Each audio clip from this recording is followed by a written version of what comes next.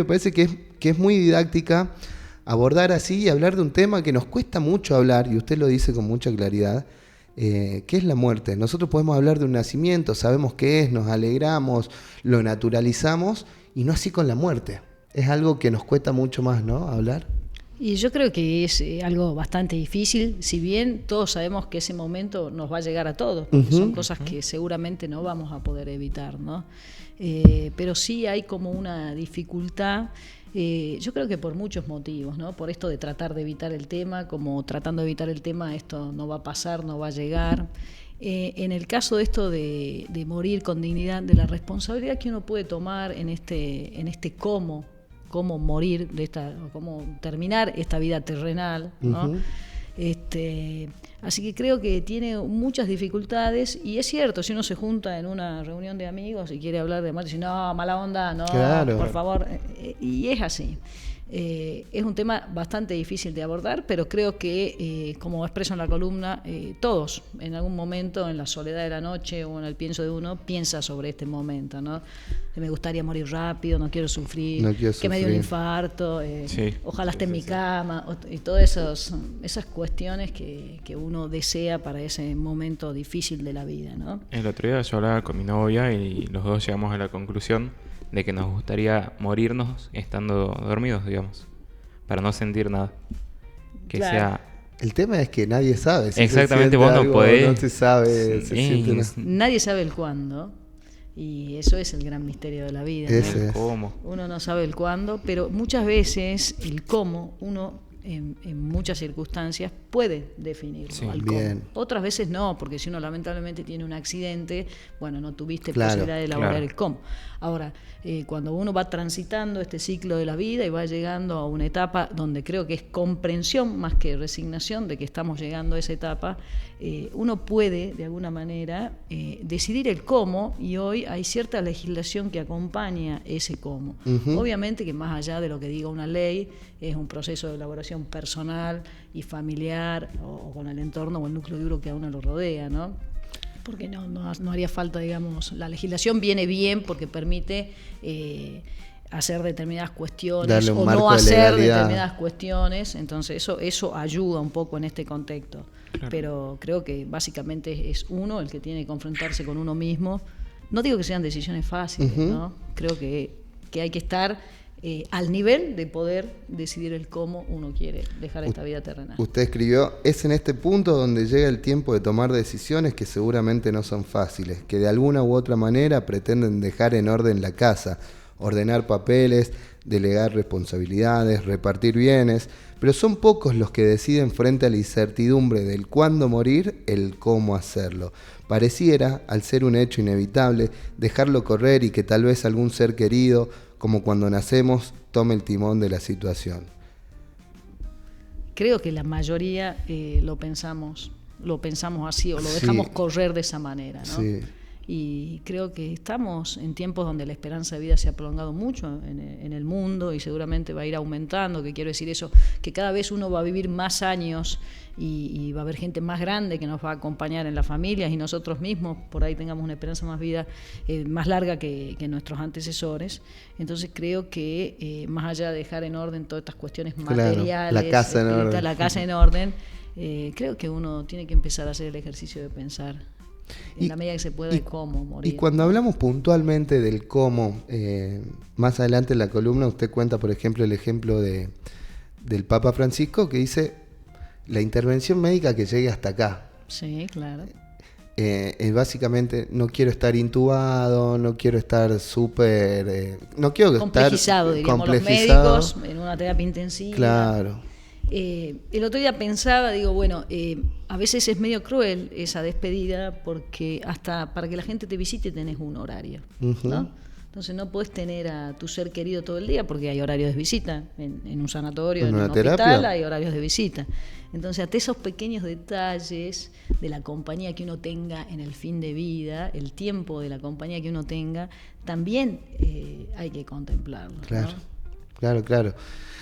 Y después, sobre la eutanasia pasiva o muerte digna, como usted se refiere acá, y que está amparada en la ley 26.742, habla de 2 criterios. Uno, de que no exista un tratamiento que supere la enfermedad, o que existe un tratamiento que posiblemente podría llegar a curar la enfermedad o a tratarla, pero que imparte sufrimiento. Que no provoque un sufrimiento extremo, ¿no? Bueno, eso es parte de humanizar también, y ahí viene el conflicto entre la ética y lo médico y la moral, ¿no?, de los médicos. Muchas veces se habla, ustedes habrán escuchado hablar del ensañamiento médico, ¿no?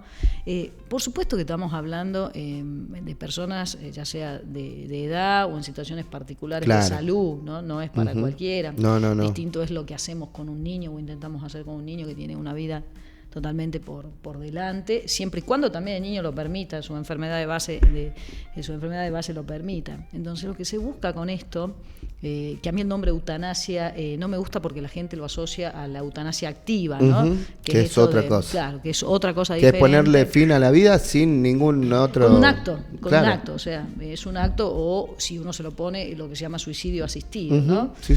Que en muchos países nórdicos y algunos países de Europa está totalmente legislado y es así, y hay grandes debates, grandes películas que ustedes podrán ver respecto del tema. Por eso a mí me gusta más el concepto de morir con dignidad. Entonces, básicamente, no sufrir, irse de esta tierra calmo como uno llegó, acompañado, querido, sin sufrimiento en el ensañamiento médico. No quiere decir por eso que uno se muera con dolor de cuerpo y demás, porque para eso hay drogas que te aplacan eso, ¿sí? Y sin tener esta invasión, como bien dijo el Papa Francisco, a mí no me intuben, y prolongar lo que muchas veces decimos, un corazón latiendo sin vida, ¿no? Porque es un cuerpo que vive, ¿sí? Porque el corazón late y porque lo asistimos a que respire, y con las drogas asistimos a las otras cuestiones, pero ¿y la vida? La mirada, la interacción, el dolor. Creo que es un tema de bastante análisis. A nosotros los médicos nos toca porque a veces es difícil comprender las decisiones de los pacientes, y tenemos de todos los tipos de médicos, de todos los tipos de pacientes. Claro, entonces, cada uno es un mundo. Cada uno es un mundo, pero como lecciones aprendidas, creo que en la experiencia personal, que he vivido las 2 experiencias, creo que esto es mucho más difícil de sobrellevar como familia, porque uno siempre tiene ganas de hacer algo, y más si es médico, uno quiere seguir y seguir. Me iba a preguntar, ¿cómo, ¿no?, fue su doble rol? Un poco delegado. Bien. Delegado en un colega mío que llevaba a mi madre, pero delegado... La cuestión de médica, no de hija, por supuesto. Claro, la cuestión de médica. Digo un poco, porque hay momentos que no... Imposible, es intrínseco de uno naturalmente hay cosas que tiende a hacer porque es lo que hace todos los días, ¿no? Pero creo que es difícil, no es para cualquiera, pero creo que tenemos que empezar a ponerlo en práctica, como era antaño. Antes la gente se moría en su casa, tranquilo, acompañado, cuando Dios disponía, y ahí estábamos, ¿no? Sí. No tengo nada, por supuesto, contra los sistemas de salud y demás, que muchas veces salvan la vida y te devuelven, pero en este punto este equilibrio tan finito, creo que hay que tomarse el tiempo para pensar. Y tiene que ver también con la voluntad justamente del paciente, ese que está quizá en sus últimos tiempos, porque podría decir, no, llévenme a internar, quiero estar internado por las dudas. Mucha gente lo hace, claro. Y muchos pacientes pueden decir, no me lleves a internar, y sobre todo lo vimos con los niños, con enfermedades terminales, que nosotros los mandamos a la casa buscando esto, ¿no? De que estén más tranquilos, que estén en su entorno y demás, y realmente, y yo lo comprendo mucho a la familia, y después de esto que me pasó a mí, lo entiendo mucho más, hay momentos que te vence y recurrís a un sistema de salud. Claro. Te vence, te atropella, ¿no?, la situación. Así que no es fácil, creo que hay que pensar en esto. El que pueda tiene que ponerlo en práctica, el que le toque acompañar tiene que acompañar con entereza y con mucho valor, porque como digo, no es nada fácil. No, para nada. Pero, de hecho, sufren a la par, si no más algunas personas, ¿no? Sí, claro. No es una situación, como digo, a veces te atropella la situación y uno busca soluciones a esa situación que te está arrastrando, y la solución es ir a un servicio de salud. como delegar, hagan algo por, ¿no? Pero o creo que es ayúdenme a tiempo, contenerlo. claro, sí, o ustedes estén ahí en el momento que haya que tomar decisiones críticas o no, delegar, volvemos a esto de que alguien agarre el timón de lo que será conmigo. Pero bueno, creo que todos vamos a llegar a esta instancia y creo que una vez que comprendamos que esto es así, no que nos resignemos, habrá que después seguir trabajando en la capacidad de poder empezar a hablarlo. Empezar a hablarlo también es... Porque uno sueña, quiero morir en mi cama. Claro, sin enterarme. Esos son deseos, digamos así, en el aire, ¿no? Eso uno nunca lo sabe, ¿no? Sí, sin duda. No quiero sufrir.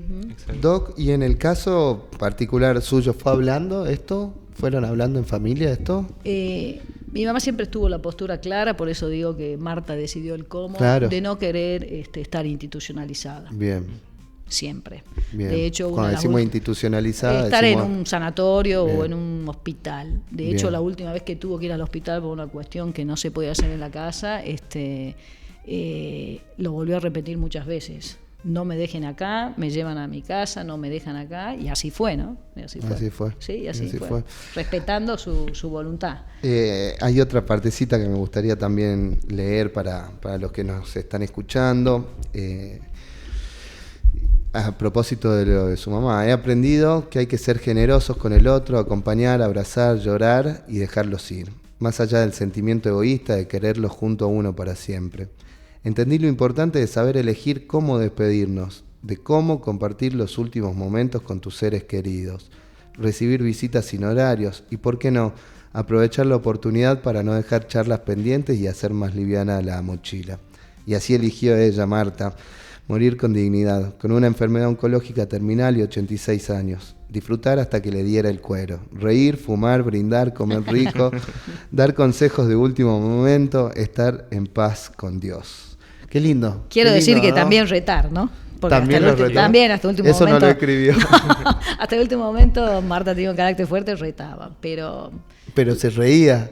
Se reía, comió, disfrutó de sus nietos, compartió, retó, dio consejos. Estuvo mimada también, ¿no? Mimada, comió chocolate, tomó gin tonic, hizo todo. ¿Tomó gin tonic? Sí, mi madre era... Qué grande. Mi madre siempre decía que yo tengo una vida muy aburrida, porque trabajo, una vida muy estructurada. Dice, hijita, vos tenés una vida muy estructurada. Porque Marta era así. ¿Sí? Disfrutaba de la vida. Era hedonista. Sí, y ella quería seguir viviendo. Bueno, ese es otro gran tema, ¿no? Porque hay gente que no quiere vivir, hay gente que se entrega, ya le llegó el momento, nada. Y es más difícil cuando hay una persona del otro lado que quiere vivir, que quiere seguir riéndose, que quiere seguir comiendo, que quiere seguir timbeando con sus nietos. Es un poquito más difícil, ¿no? Claro, es más duro eso. Sí. Uno por ahí ve gente mayor que... Esa misma gente dice, no, ya estoy preparado. Ya estoy bien. Sí.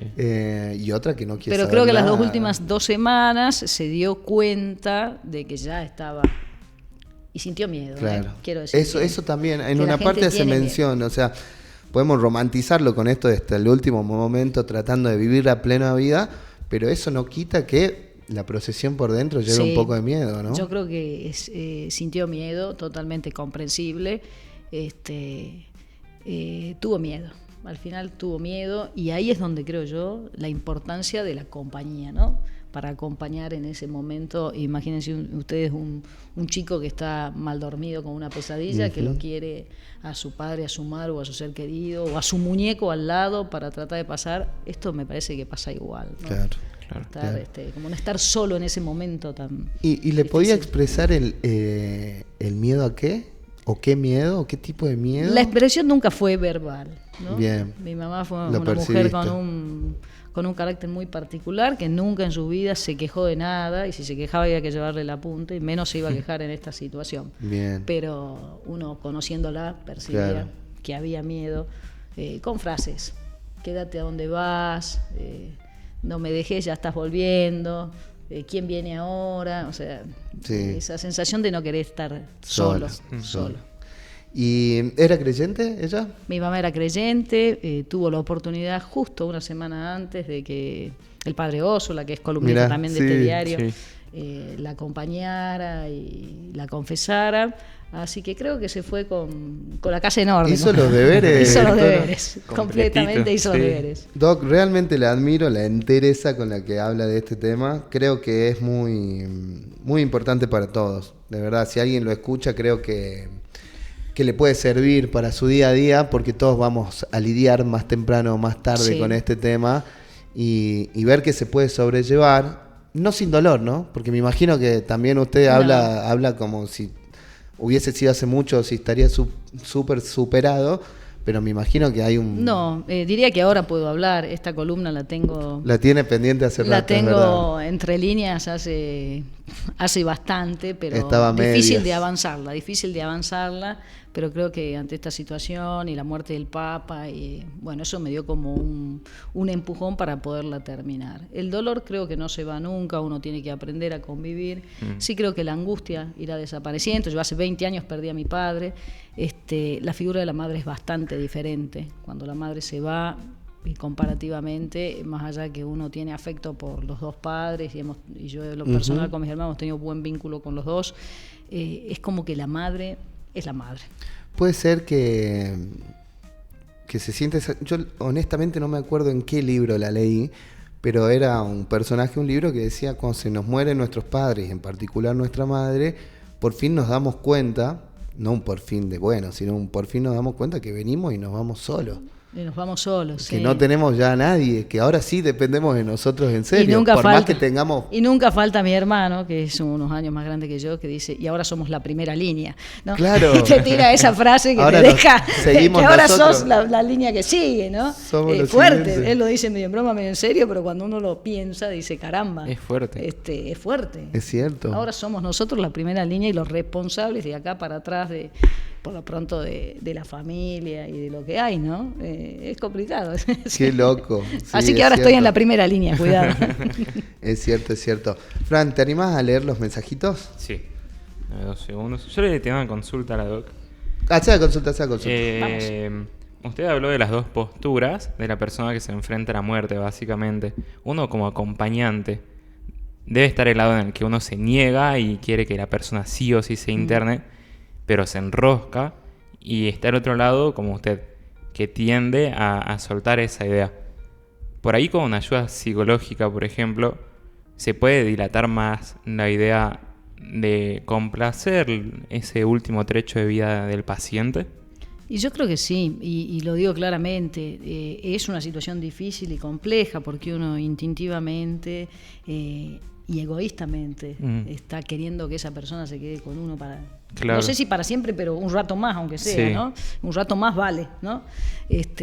No es fácil. Y cualquier profesional de la salud que pueda ayudar a procesar esto, creo que siempre es bienvenido, ¿no? Es bienvenido, pero son temas que no se hablan, entonces difícilmente podamos acudir a los profesionales para que nos aconsejen, nos ayuden en la elaboración de este tema, ¿no? Sí. Hay culturas que se lo toman completamente diferente también. En México, a la por cuestión de la muerte. Sí. Nosotros tenemos una visión, creo, cultural bastante oscura u opaca de ese momento de la vida, que no es más que un momento más de la vida, con certeza, a diferencia de otras culturas que tienen no sé, hay culturas que festejan, o sea, no la muerte en sí, pero lo toman como una celebración. Y porque entienden bien el concepto que dice, que expresa el Papa Francisco en ese prefacio del libro, donde lo que termina es la vida terrenal, pero viene esto de la vida eterna o de este nuevo comienzo.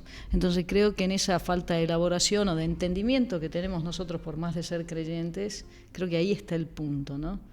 Creo que ahí está el punto. No digo que uno esté feliz, pero sí poderlo llevar de mejor manera, ¿no? Saber que no se terminó o que lo que queda vivo.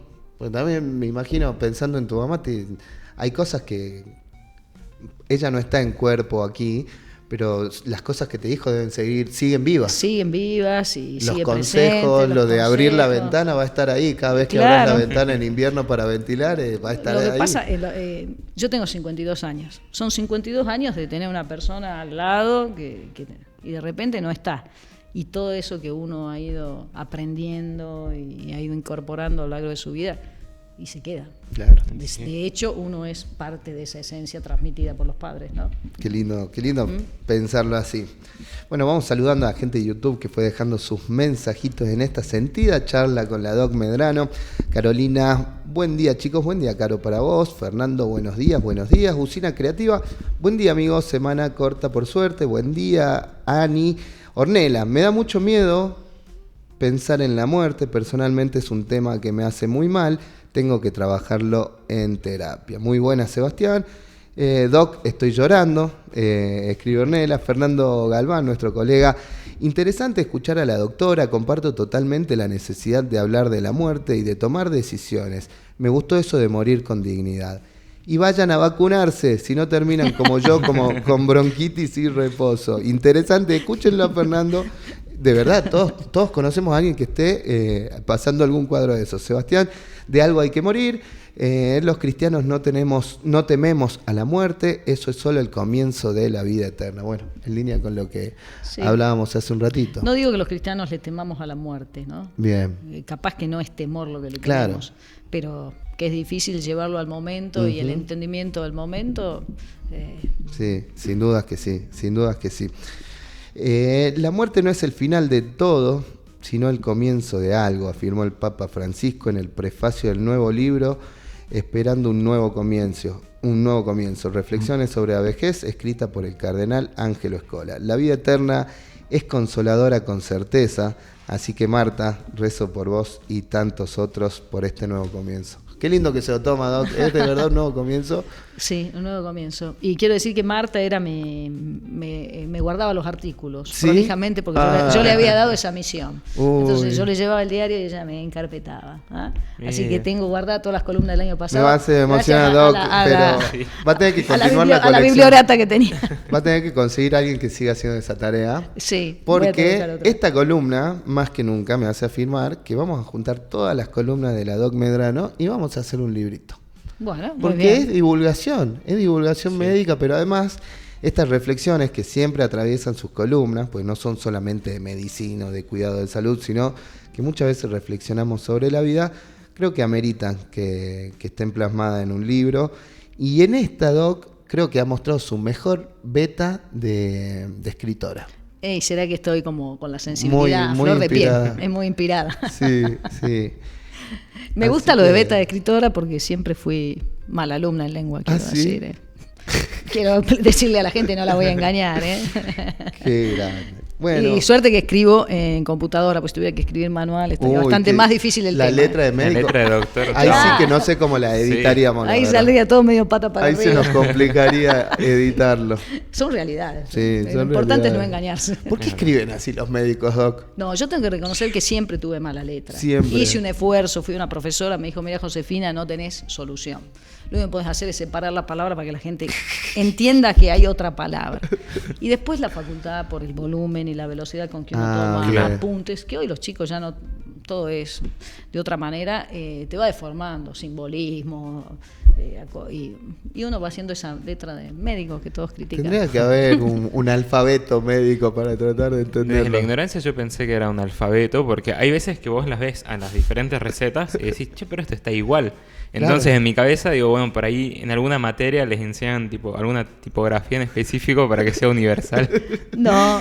Y porque hecho, todos escriben mal. Claro, todos escriben mal. Y de hecho la receta electrónica, que es una herramienta que se está implementando ahora, gracias a Dios, lo que busca en uno de sus tantos objetivos es salvar el error médico, salvar el error de interpretación del farmacéutico que no entiende la letra del médico y que dispensa una droga que no era. ¿Sí?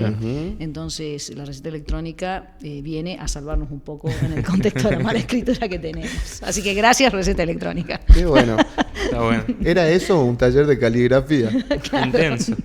Intenso. Doc, ha sido un gustazo la nota del día de hoy, como todas, por supuesto, pero hay un tema más especial porque le tocaba la vida familiar a y la vida, y sí, es la vida. Muchas gracias. Nos vemos la semana que viene. Nos vemos la semana que viene, sí. Perfecto.